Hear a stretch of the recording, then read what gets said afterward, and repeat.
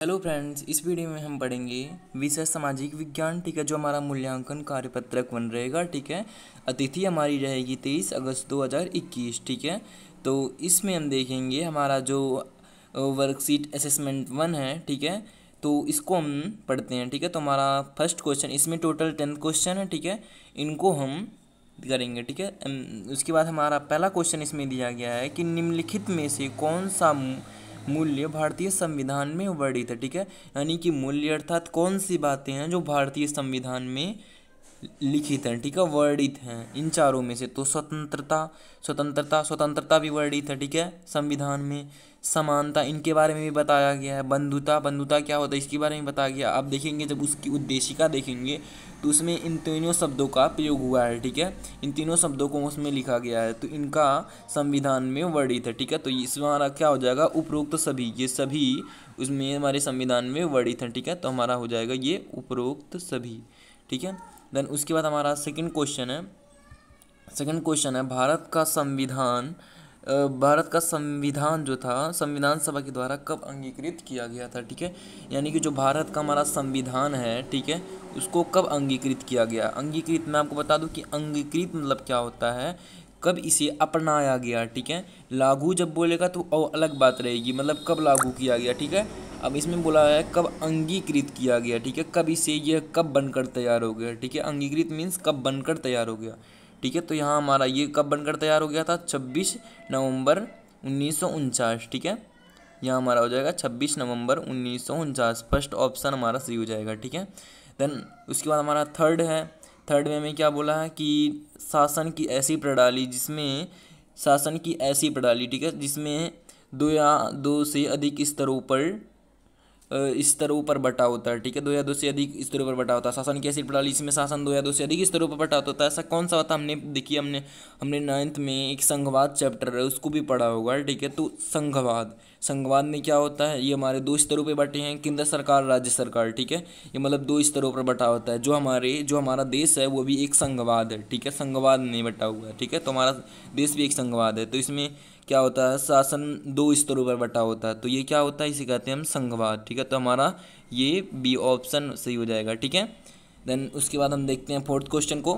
हमारा fourth question में बोला गया है कि निम्नलिखित में से कौन सा कारक किसी वस्तु को संसाधन बनाता है। ठीक है, संसाधन क्या होता है, जो हमारे प्रयोग में आए। ठीक है, जिसको हम प्रयोग करते हैं, जो हमारे काम में आए, वो हर सब कुछ हमारा संसाधन होता है। ठीक है, देन इसमें बोला गया कि निम्नलिखित में से कौन सा जो कारक है वो किसी वस्तु को संसाधन बनाता है। ठीक है, तो कौन सा, समय तो एक महत्वपूर्ण संसाधन है। समय के नाते ही कोई भी संसाधन बनता है। ठीक है, प्रौद्योगिकी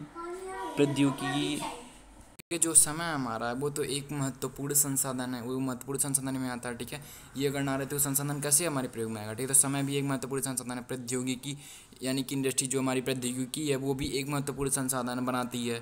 ठीक है, किसी भी वस्तु को। ठीक है, मूल्य यानी कि ये भी एक तरह का महत्वपूर्ण संसाधन है। देन हमारा हो जाएगा यहाँ ये तीनों ही कारक हैं जो किसी भी संसाधन को, ठीक है, किसी भी वस्तु को संसाधन बनाते हैं। ठीक है, ये तीनों कारक। ठीक है, प्रौद्योगिकी, समय, मूल्य, तीनों। ठीक है, तो यहाँ हमारा हो जाएगा उपरोक्त सभी। ठीक है, ये हमारा डी ऑप्शन हो जाएगा। ठीक है, देन उसके बाद हम आते हैं, उसके बाद हमारा फिफ्थ क्वेश्चन, निम्नलिखित में से कौन सा भूमि संरक्षण का एक उपाय नहीं है। ठीक है, यहाँ हमें बताना है कि जो भूमि संरक्षण, ठीक है, भूमि को बचाने के लिए, ठीक है, भूमि संरक्षण का निम्नलिखित में से कौन सा एक उपाय नहीं है, तो ये हमें बताना है। ठीक है, तो यहाँ हमारा निम्नलिखित में से कौन सा भूमि संरक्षण का एक उपाय नहीं है। ठीक है, यहाँ उपाय नहीं पूछा, यहाँ पूछा नहीं है कौन सा। ठीक है, तो वन रोपण क्या, वन को यानी कि वनों को रोपण करना। ठीक है, वनोरोपण, अतिचारण। ठीक है, अतिचारण, रासायनिक उर्वरकों में कीटनाशकों का उपयोग। ठीक है, इसमें बोला है भूमि संरक्षण का एक उपाय नहीं है। ठीक है, जिसे भूमि को नहीं बचा सकते। तो यहाँ हमारा जो अतिचारण है, ठीक है, अतिचारण जो है यह एक है हमारा, ये भूमि संरक्षण का उपाय नहीं है। ठीक है, तो ये हमारा हो जाएगा अतिचारण। ठीक है, देन हमारा बी। उसके बाद हम सिक्स्थ क्वेश्चन देखते हैं। सिक्स्थ क्वेश्चन में क्या हमारा देखते हैं।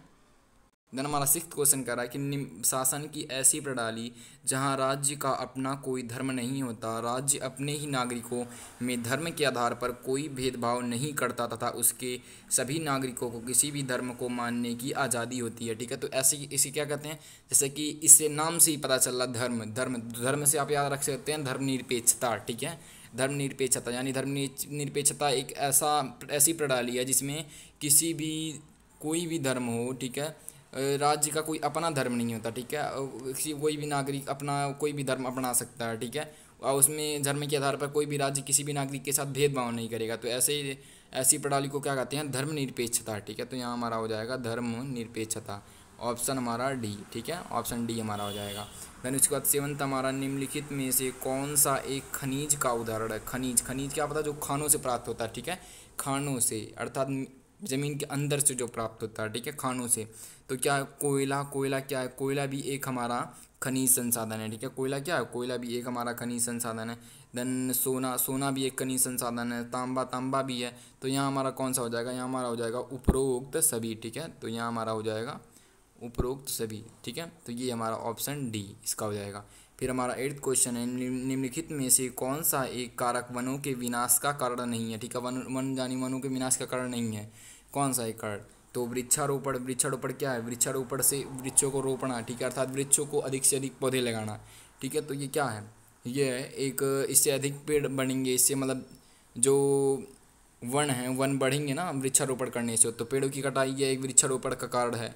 ठीक है, जंगल की आगे भी वृक्षारोपण का कारण नहीं है। ठीक है, देन हमारा वृक्षारोपण जो है, ठीक है, वृक्षारोपण जो है यह वनों के विनाश का कारण नहीं है। बाकी ये हमारे जंगल की आग, पेड़ की कटाई, ठीक है, ये सभी वनों के विनाश के कारण। ठीक है, तो हमारा ऑप्शन ए होगा, ये करेक्ट हो जाएगा। ठीक है, देन उसके बाद हमारा 9th क्वेश्चन है, निम्नलिखित में से कौन सा मानव संसाधन को उपयोगी बनाने में सहायक सिद्ध होता है। ठीक है, इसमें बताना है कि निम्नलिखित में से कौन सा जो मानव संसाधन है। ठीक है, मानव भी एक तरह का संसाधन है, जैसे कि आपको मैंने पिछली वीडियो में बता रखा था, मानव भी एक तरह का संसाधन है। ठीक है, तो मानव संसाधन को कौन सा जो कारक है, ठीक है, उसे सहायक सिद्ध बनाता है। तो शिक्षा क्या है, शिक्षा मानव को मतलब बेहतर बनाता है, जिससे मतलब उसके अंदर स्किल्स आते हैं।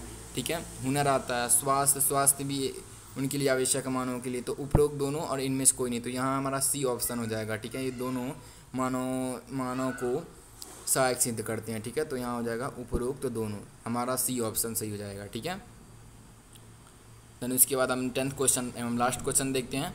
तो हमारा जो 10th क्वेश्चन इसमें क्या बोला गया है, प्रत्येक देश का संविधान अपने नागरिकों को समान एवं गरिमामयी जीवन जीने के लिए कुछ अधिकार प्रदान करता है। ठीक है, यानी कि जो हमारा प्रत्येक देश है वो संविधान अपने नागरिकों को सम्मान एवं गरिमा जीवन जीने के लिए क्या देता है, कुछ अधिकार प्रदान करता है। ठीक है, उन्हें हम क्या कहते हैं, जैसे कि हमारे कुल कितने मौलिक अधिकार, आपको पता होगा 8 मौलिक अधिकार है ना, कौन कौन से हैं, हमारे कौन कौन से मौलिक अधिकार हैं, यहाँ 8 अधिकार हैं। ठीक है, इन्हें मौलिक अधिकार एवं मूल अधिकार भी कहा जाता है। ठीक है, तो यहाँ हमारा ऑप्शन ए हो जाएगा। इसे हम क्या कहते हैं, यानी प्रत्येक देश अपने संविधान नागरिकों को सम्मान एवं गरिमामयी जीवन जीने के लिए क्या देता है, कुछ अधिकार प्रदान करता है, जिन्हें हम मौलिक अधिकार कहते हैं। ठीक है, तो ये हमारा आज के मूल्यांकन पत्र पूरा होता है। ठीक है।